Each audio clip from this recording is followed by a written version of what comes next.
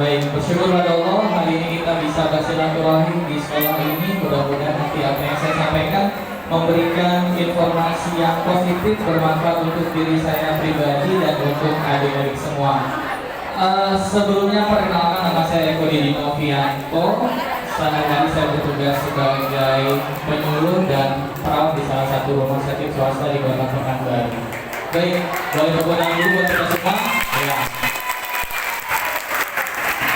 Baik, sebelum kita berdiskusi, jadi kita sama-sama belajar. Saya tidak lama, paling kurang lebih 40-45 menit.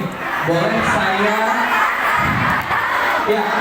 saya minta kerjasama adik-adik sekalian. Kalau saya bilang mau apa kita di sini, bersenang-senang. Bisa? Bisa. Mau apa kita di sini? Bersenang-senang. Sekali lagi, mau apa kita di sini, teman-teman? Bersenang-senang. Nah, dari tadi kan saya lihat teman-teman pada duduk saja, tentu lelah. Nah, sekarang kita berdiri. Saya mau ajak teman-teman nyanyi dan menari naik delman istimewa. Ayo.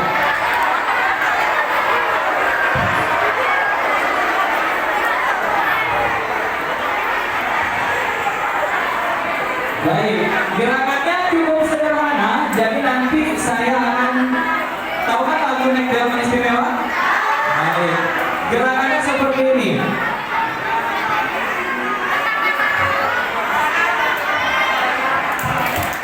Bisa ya? Baik, kita coba. 1, 2, 3, 4.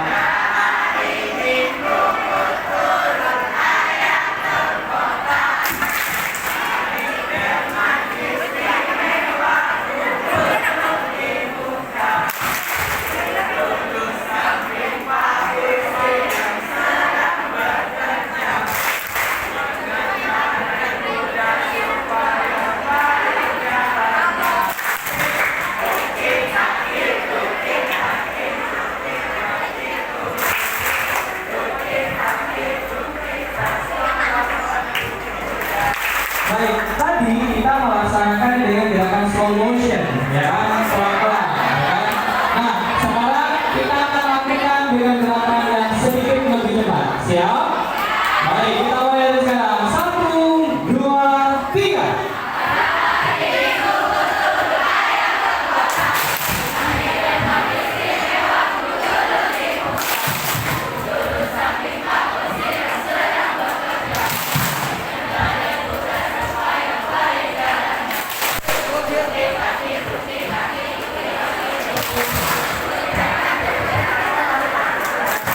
Sekarang lebih cepat lagi. Semangat. Bisa ya? 1, 2, 3.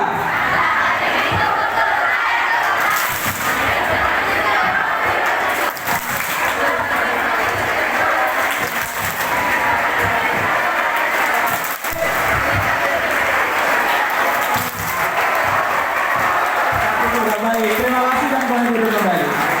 Ya.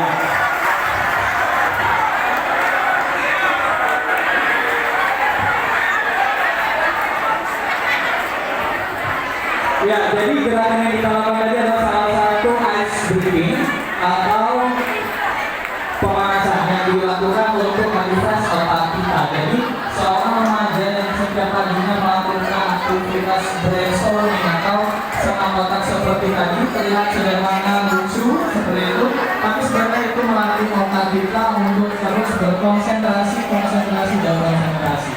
Ya, baik. Saya sendiri berasal dari salah satu lembaga yang dinamakan Sahabat Miskin Indonesia, di mana kantor kami berkedudukan di beberapa wilayah di Indonesia. Kantor pusat kami ada di Yogyakarta, kemudian di Kalimantan Timur, Samarinda, kemudian kita baru buka Pekanbaru, Palangkaraya, dan Kendari, Sulawesi Tenggara. Dan saya sendiri berasal dari kota Samarinda. Jadi bersyukur saya bisa bersilaturahim sama adik-adik sekalian di tanah lancang kuning, ya kan ya, Kota Pekanbaru. Insya Allah saya akan ditugaskan di sini selama 2 tahun ke depan. Jadi tidak hanya pada penyuluhan kali ini saja, tapi ke depan barangkali bersama ibu dari BK kita bisa banyak melakukan kerja terkait dengan informasi, edukasi, dan konseling untuk remaja di sekolah ini. Nah, saya sendiri hari ini akan membawakan materi tentang narkoba lewat mata dalam rangka 1 juta remaja Indonesia bebas kolema. Sebenarnya ada video, jadi ada video dan ada slide PowerPoint, tapi nanti barangkali boleh kita sampaikan di agenda berikutnya karena waktunya juga terbatas dan ternyata kita di outdoor ya. Nah, ada yang pernah tahu sebelumnya apa yang dimaksud dengan narkolema? Kalau narkoba, ya, narkolema tidak jauh beda dengan yang namanya pornografi. Ada yang tahu pornografi? Ya. Baik. Sekarang saya mau tanya, siapa yang usianya 10 sampai dengan 15 tahun? Yang 15 tahun ke atas? Apa? Ya, ada ya. Iya. Nah, anak-anak yang usianya seperti kita, seperti teman-teman maksudnya, ya, itu adalah remaja yang disebut dengan remaja blast. Blast itu artinya rasa ingin tahunya tinggi, nggak bisa lihat temannya cantik sedikit mulai tertarik, ya kan? Nggak bisa lihat temannya ganteng sedikit tertarik, ya kan? Nah, nggak bisa juga lihat produk-produk terbaru tentang skincare udah mulai mau coba-coba. Itu yang dinamakan dengan remaja blast, ya. Nah, ada lagi poin terpentingnya. Mohon maaf, di daerah lipatan lengannya sudah mulai ada yang tumbuh, ya kan? Mulai ada rambutnya, kemudian mulai ada aroma khasnya, gitu.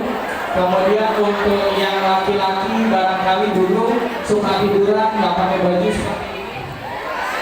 pede, ya kan, percaya diri, tapi saat ini sudah mulai ada tumbuh rasa malu, ya. Atau misalnya kalau di tempat kami di daerah pedalaman biasa teman-teman biasa ya anak-anak laki-laki perempuan berenang di sungai sekarang udah mulai malu, ya kan? Ya itu kenapa? Karena memang kita sedang berada dalam fase menuju remaja awal. Nah, remaja awal ini selain rasa ingin tahunya tinggi, biasanya nggak suka diatur. Kalau dulu kasih tahu ibunya atau sedang sakit, biasanya ibu, mama, bunda dan seterusnya. Tapi pada saat kita masuk pada periode blast, kita biasanya nggak mau diatur. Kalau misalnya disuapin, apaan sih kok disuapin, kan sudah besar. Jawabannya seperti itu, ya. Tapi berbeda halnya kalau ada rekan lawan jenisnya yang disukai, kamu mau ini, nah misalnya gitu, atau biasanya pergi ke kantin di traktir es teh misalnya, kamu sudah makan belum? Nah, kayak gitu. Tentunya remaja hari ini berbeda dengan remaja di zaman saya. Kalau saya kan remaja yang masuk fase pada pengenalan handphone itu barang yang baru. Saya SMP sekitar tahun 2004-2005. Ada yang lain 2004-2005? Enggak ada. Iya. Nah, kemarin kami baru mengenal yang namanya SMS. Kalau misalnya kirim 10 SMS, nanti gratis 100 SMS. Oke, itu masih begitu. Berbeda dengan teman-teman. Iya. Saya ketemu Friendster di usia 16 tahun di SMA di tahun 2008-2009. Teman-teman sekarang udah punya WhatsApp, Instagram, sosial media dan lain sebagainya. Remaja di zaman kami tentunya kalau ingin mengungkapkan sesuatu takut dan malu-malu, ya nggak? Tapi kalau teman-teman dari kecil udah diajarin ngoceh tuh, udah diajarin buat memberikan pendapatnya dengan lugas dari kecil. Jadi jujur saja, kalau orang tua kita mengatakan bahwa ayah dulu waktu SMP tidak seperti itu, ya kan? Ibu dulu waktu SMP tidak seperti itu, otomatis itu berbeda. Ayah kita dulu zamannya begitu, karena kita begitu, dan zaman kita seperti ini. Nah, lantas bagaimana cara kita menyikapi hal tersebut, ya kan? Menyikapi hal tersebut ada 2 poin. Yang pertama, positif. Kali ini kita bakal tindakan positif atau negatif? Positif. Dan yang kedua fatalnya, ada anak-anak remaja yang mereka melampiaskan dirinya itu dengan kegiatan-kegiatan negatif. Salah satunya adalah merenung di kamar, membayangkan sesuatu hal-hal yang seperti itu, YouTube dan mencoba-coba mencari sumbernya dari Kementerian Kominfo dan bekerja sama dengan Kementerian Pemberdayaan Perempuan dan Anak sekarang sudah mulai mengangkat fitur-fitur yang berkaitan dengan aksi pornografi. Tapi tetap saja yang namanya IP dan hasil pengetahuan seorang remaja itu besar. Nah, berkaitan dengan pornografi, kenapa sih saya bahas tentang pornografi? Ada hal penting yang tidak kita sadari. Coba, apa yang membedakan kita sama hewan? Satu saja yang membedakan. Baik. Manusia itu diciptakan oleh Allah. Salah satunya karena mereka punya akal. Mereka bisa membedakan mana yang baik dan mana yang buruk. Dan itu diatur sama yang namanya prefrontal cortex. Saya ulangi, prefrontal cortex yang ada di sini. Dia ada di ubur-ubur kita, yang ada di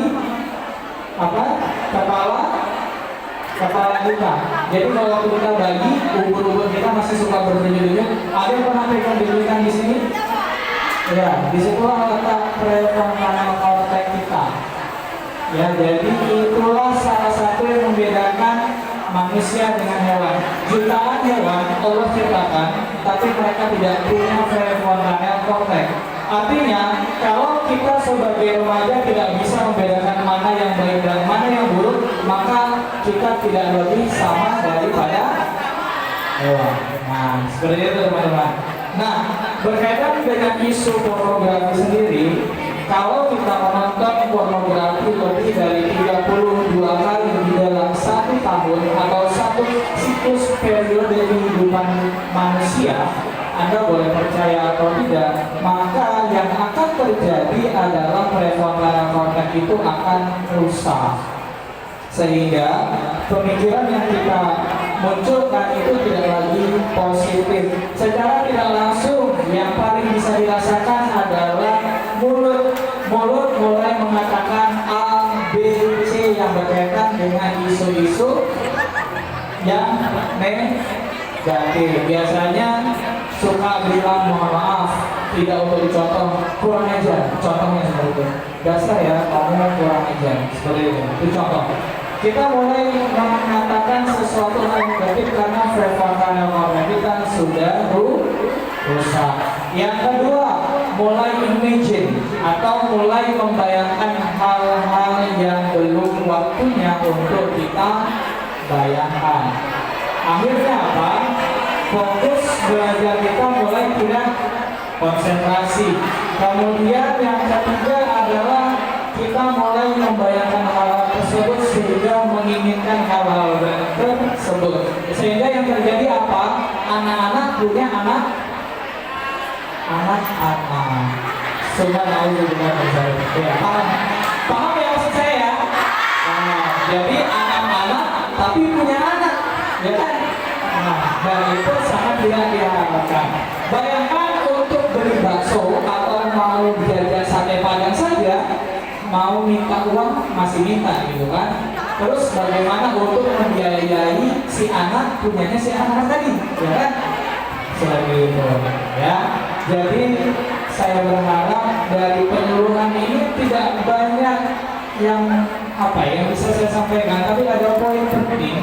Saya berharap kita sama-sama. Jadi saya juga dulu kuliah di sekolah di kampus Muhammadiyah dan kita paham bahwa kita dalam generasi tampuk pimpinan umat masa depan, ya kan?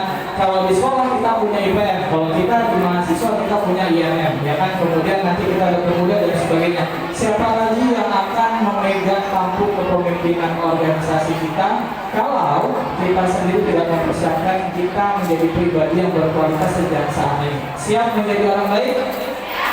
Ya. Siapa yang mau jadi dokter? Amin, ya. Siapa yang mau jadi polisi? Amin. Apapun cita-cita kalian, apapun cita-cita kita hari ini, yakinlah bahwa takdir Allah itu selalu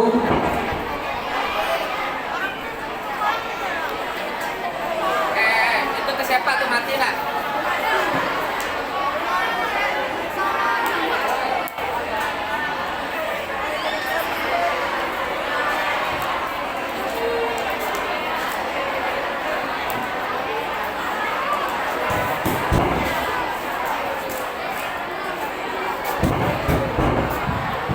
Cek baik. Nah, baik saya ulangi, apapun yang menjadi takdir kita karena Allah itu maha baik. Nah, poin penting dari sebuah pesan Napoleon selain merusak prefrontal cortex, ternyata tingkat kerusakan otak. Jadi otak manusia itu seperti benang kusut adik-adik sekalian.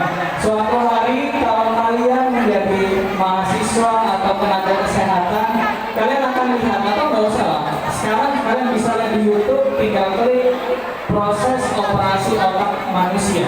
Otak manusia itu bentuknya kayak benang kusut. Semakin kusut, semakin ruwet, maka biasanya yang memiliki otak tersebut orang yang pintar dan cerdas. Tapi kalau misalnya otaknya lurus-lurus saja benangnya, insya Allah orangnya biasa-biasa saja. Nah, kita mau jadi orang yang biasa-biasa saja atau yang luar biasa? Pertanyaannya yang luar biasa. Nah, hal tersebutlah mengapa saya mengajak teman-teman mengingatkan diri saya sendiri dan kita semua, yuk kita jauhi yang namanya narkoba lewat mata, yaitu pornografi. Karena efeknya kita memang tidak menggunakan narkoba dalam jenis psikotropika, baik itu ganja, bukau misalnya ya, atau minum-minuman keras. Tapi otak kita bentuknya kalau di CT scan atau di MRI, salah satu jenis pemeriksaan otak, hasilnya sama. Jadi ada si A, dia suka pakai minuman keras, ada si B, dia suka pakai sabu-sabu, ada si C suka nonton film pornografi. Ketika otaknya diperiksa melalui CT scan atau MRI tadi, ternyata kerusakan di otaknya sama, dan itu menyebabkan kecanduan atau addict. Nah, makanya biasanya untuk menghindari hal-hal tersebut, pesan pentingnya ada 5. Yang pertama, mendekatkan diri kepada Tuhan Yang Maha Esa. Kedua, hiduplah sesuai dengan usia kita. Kalau usia kita waktunya tidur siang, tidurlah siang. Karena kalau sudah kerja, tidur siang itu adalah waktu yang bukan. Waktunya bermain, bermainlah. Karena waktu bermain di saat kita sudah bekerja, itu adalah waktu yang kita harapkan.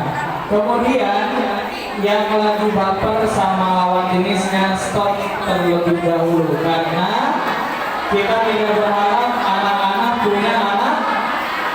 Kenapa demikian? Karena waktu itu prosesnya panjang. Saya kasih ilustrasi, saya pernah sekolah sama seperti teman-teman. Waktu saya SD, temannya cuma satu desa. Saya SMP, temannya satu kecamatan. Saya SMA, temannya satu kabupaten. Saya kuliah, temannya mulai lintas provinsi. Saya kuliah lagi, temannya sudah mulai beda negara. Qadarullah, saya pernah tinggal di Thailand, sehingga ada beberapa teman-teman dari beberapa negara. Tentunya pergaulan kita berbeda, teman-teman. Nah, kalau misalnya kita hari ini aku mau sama si A, yakin dia akan kuat melihat si A yang lain ketika dia berada di tempat yang lain, ya kan? Nah, karenanya fokus saja untuk belajar. Karena waktu kita untuk dekat dengan pasangan atau lawan jenis nanti akan dikasih sama Allah di periode yang tepat pada waktunya. Sampai di sini paham apa yang saya jelaskan? Nah, kemudian yang keempat, teman-teman sekalian, mulailah kita untuk tidak pernah berubah berkomunikasi dengan ibu dan ayah kita. Apapun itu, sebaik-baiknya komunikasi adalah komunikasi terhadap orang terdekat, salah satunya orang tua. Kadang kita malu untuk mengungkapkan hal-hal terutama yang sifatnya privacy. Misal, mohon maaf, yang laki-laki mulai masuk periode minggu basah, yang wanita mulai masuk periode menstruasi. Malu untuk mengungkapkan, sampaikan itu. Jangan sampai kita menyampaikan informasi kepada teman-teman kita yang ternyata informasi yang diberikan adalah salah. Sudah informasinya salah, terus temannya ember, ya kan? Dia akan cerita, si A itu sudah mulai menstruasi loh. Ya, akhirnya diolok-olok sama temannya, ya kan? Akhirnya merasa rendah diri. Kemudian yang kelima, yang paling penting biasanya ketika kita sudah beranjak ke remaja awal seperti ini, mulai ada rasa malu, ya, rasa malu, tidak percaya diri, mulai menarik diri, mulai overthinking, berpikiran negatif. Karena mulailah hari ini kita berpikir yang positif, ya, mulai kita berpikir bahwa kalau teman-teman kita bisa matematika, maka saya juga bisa. Kalau ternyata hasil matematika saya tidak lebih baik dari teman kita, maka saya yakin Allah itu menciptakan saya punya nilai baik di bahasa Indonesia. Dan ternyata masih jelek nilainya, saya yakin Allah ciptakan saya pintar baca Al-Quran. Kok ternyata masih gak bagus suaranya baca Quran, saya yakin Allah ciptakan saya bagus dalam bidang seni dan olahraga. Dan sesempurna itu Allah ciptakan kita, sehingga tidak perlu kita merasa insecure, malu, curhat di Facebook, ya, atau curhat di sosial media. Lucu-lucu ya, kalau misalnya teman-teman baca, saya yakin di usia kalian kenal Facebook sejak dari SD. Biasanya udah bikin status, hari ini hujan, kita ditulis, ya kan? Ya. Hari ini ketemu Pak Jarwo, bete banget belajar sama Pak Jarwo, kerjanya marah-marah mulu, misalnya kayak gitu, ya kan? Nah, saya kasih informasi lagi, stoplah untuk curhat di sosial media karena berdampak negatif untuk diri kita. Memang kalau misalnya kita lihat, itu akan jadi sesuatu yang lucu-lucu, ya kan? Oh iya, dulu saya pernah curhat seperti ini ya, oh iya saya pernah nulis seperti ini, tapi yakin teman-teman sekalian bahwa itu menjadi bagian dari proses hidup kita. Hidup itu sama saya dan teman-teman semua sama. Kita pernah pada periode yang sama, bedanya saya pernah jadi anak SMP dan teman-teman belum pernah jadi mahasiswa. Bedanya di situ saja, tapi periode hidupnya sama. Karenanya yuk, mari kita jauhi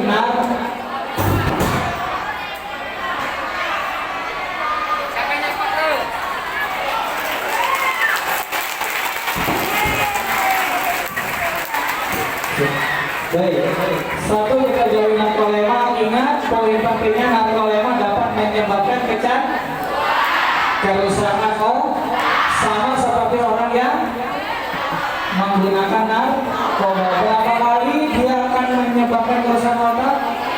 32 kali. Jadi kakek yang lagi kena stroke sama anak remaja seperti Lukas sama saja rusak otaknya, alhamdulillah, gara-gara nonton. Kemudian yang keempat, tetap berpikir dan yang kelima, menyampaikan pendapat kepada orang tua atau guru terdekat agar mendapatkan informasi tepat dan baik. Sebelum menutup, saya akan kasih satu bridging lagi untuk teman-teman sekalian. Kalau saya bilang SMP Muhammadiyah Kota Pekanbaru, ya, sehat, cerdas, ceria, bisa? Ya. Saya bilang SMP Muhammadiyah 1 Kota Pekanbaru.